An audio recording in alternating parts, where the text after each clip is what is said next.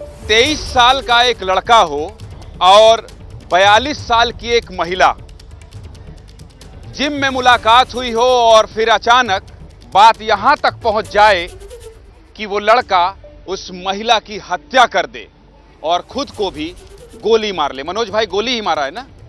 गोली मार ले। दूसरी वारदात क्या है?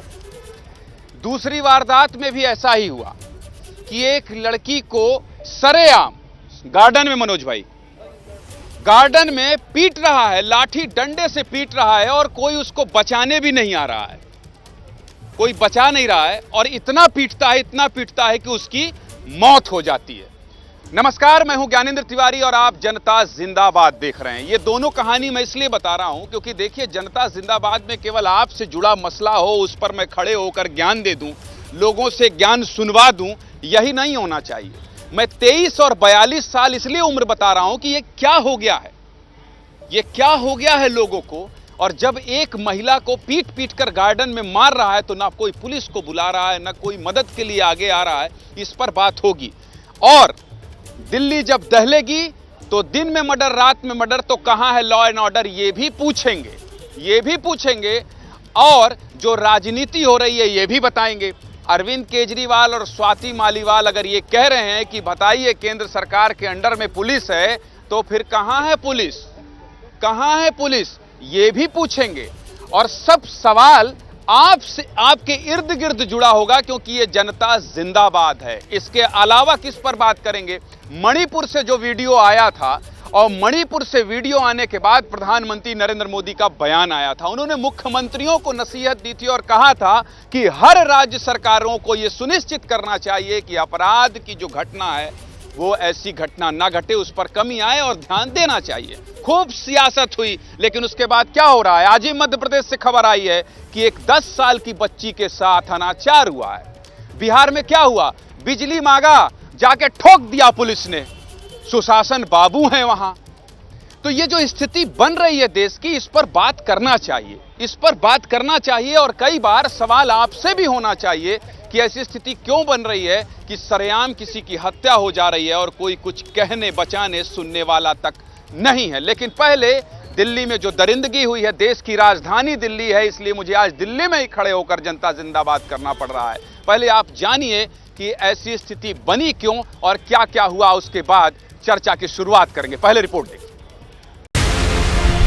दिन में मर्डर, रात में मर्डर, कहां है लॉ एंड ऑर्डर? मैं केंद्र सरकार से जानना चाहती हूं और कितनी मौतें होंगी, तब जाके वो दिल्ली पुलिस की जवाबदेही तय करेंगे। 2 हत्याओं से दिल्ली राजधानी, खौफनाक मर्डर की पूरी कहानी। डीडीए भी सेंट्रल गवर्नमेंट की, पुलिस भी सेंट्रल गवर्नमेंट की, लॉ एंड ऑर्डर का दायित्व सेंट्रल गवर्नमेंट का, तो होम मिनिस्टर, प्राइम मिनिस्टर दायित्व तो लेंगे। अंजू को गोली, नरगिस को मारी रॉड, दिल्ली में अपराधी बेखौफ। लड़की है, करीब 22-23 साल की उम्र है, इसकी कॉलेज स्टूडेंट है और ये अपने किसी फ्रेंड के साथ यहाँ पे आई हुई थी। दिल्ली में 2 मर्डर, राजधानी में बढ़ता डर, सवालों में खाकी, जवाब मिलना बाकी।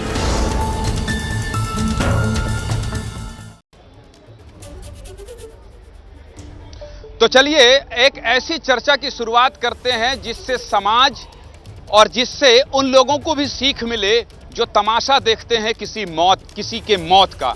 और चलिए ऐसी चर्चा की शुरुआत करते हैं और ऐसी चर्चा करते हैं जिसमें सवाल हो केंद्र सरकार से कि लॉ एंड ऑर्डर कहां है।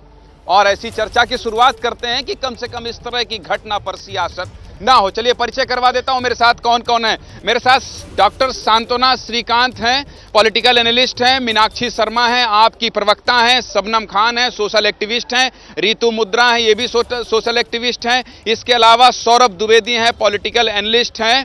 और मेरे साथ दिनेश कालरा साहब हैं, बीजेपी के नेता हैं। वैसे तो इनसे मुलाकात बनारस में होती है, लेकिन आज ये दिल्ली टहलने आए थे तो हमने कहा जनता जिंदाबाद से आपका प्रेम है तो थोड़ा प्रेम यहां भी दिखाइए और बरसाइए। सबसे पहले आम आदमी पार्टी की प्रवक्ता से पूछ लेता हूं, क्योंकि अरविंद केजरीवाल निशाना बहुत साध रहे हैं। देखिए, आज जो दिल्ली की स्थिति है कानून व्यवस्था की, और ख़ास तौर से जो महिलाओं पे अत्याचार हो रहे हैं, आज बहुत ही भयावह स्थिति हो गई है दिल्ली की।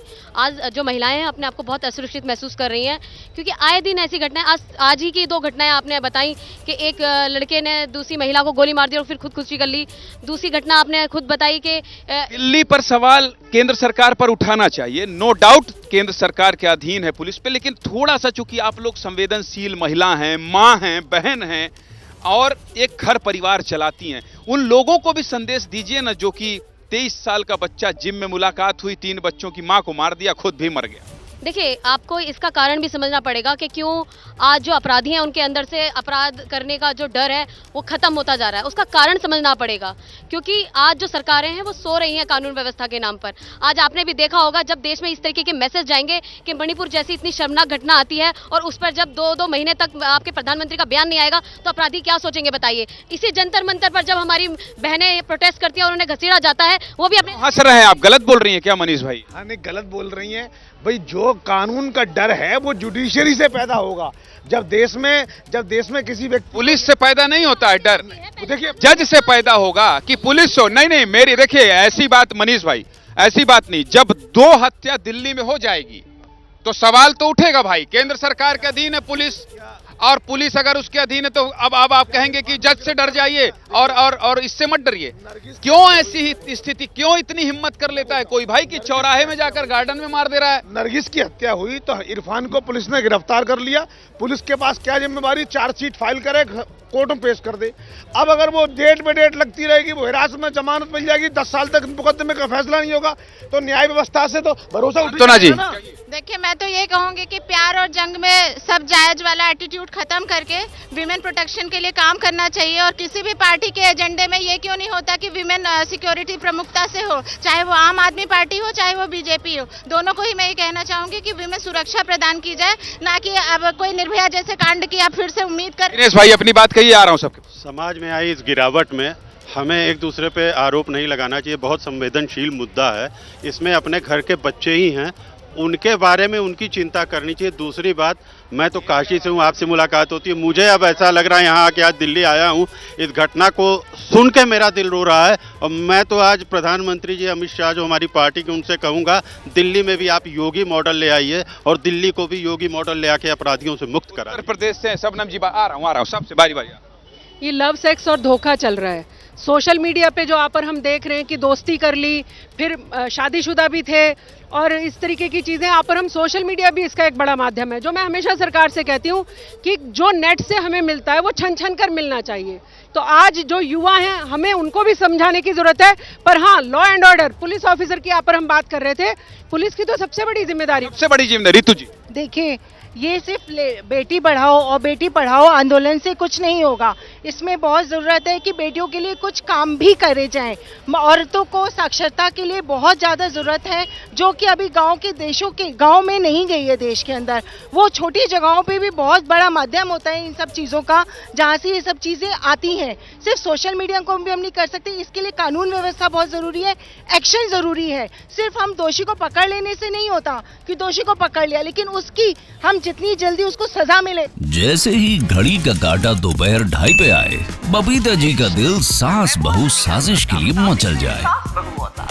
और ये है इनकी बहू, पूरे दिन ऑफिस की टेंशन हो जाए गॉन जब ये करें अपना फेवरेट शो फ्री टाइम पे ऑन।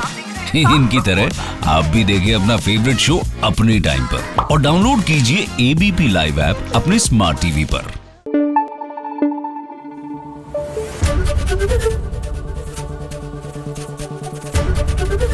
एबीपी न्यूज आपको रखे आगे।